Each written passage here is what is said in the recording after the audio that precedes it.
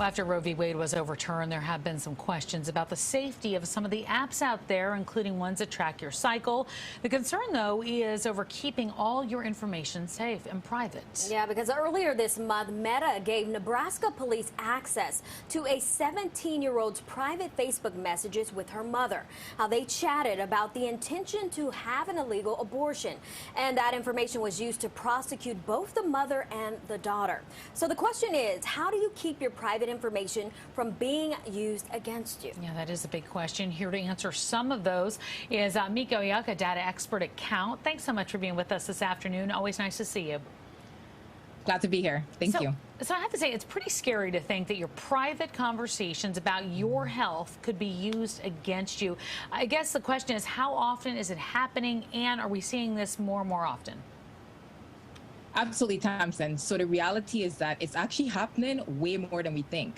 So this one 17-year-old and her mother were subpoenaed, but there are multiple that are not reported. So this is happening all over the country, and it's happening to any and everyone. So everybody should be very aware.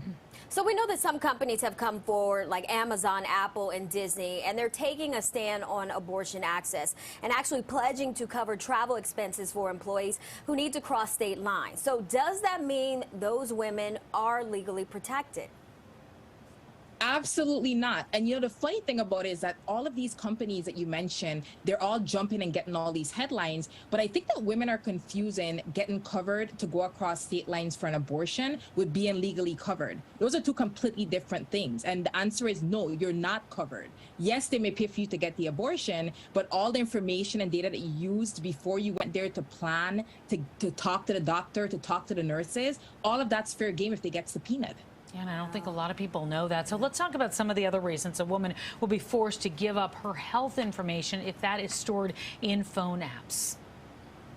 So there's a couple of things, right? So not only can they have access, if they subpoena these companies, they can access your DMs. So something as simple as me talking to my mom and saying, hey mom, I'm afraid I'm pregnant. They can subpoena your information on your period tracking app. So you basically missed your period, which is directly in your calendar. They can subpoena your messages on DM, whether it's Twitter, Facebook, TikTok, you name it. Like, all of this information is fair game. And once they come for it, a lot of these companies simply give it up. Facebook gives it up 7 out of 10 times. Wow. So the protection out there, you know, the reality is that you have to protect yourself. None of these apps actually protect you. Okay, so let's talk about some of those apps. Are some of them better at protecting data than others? And what are some ways to secure information that's stored in those apps?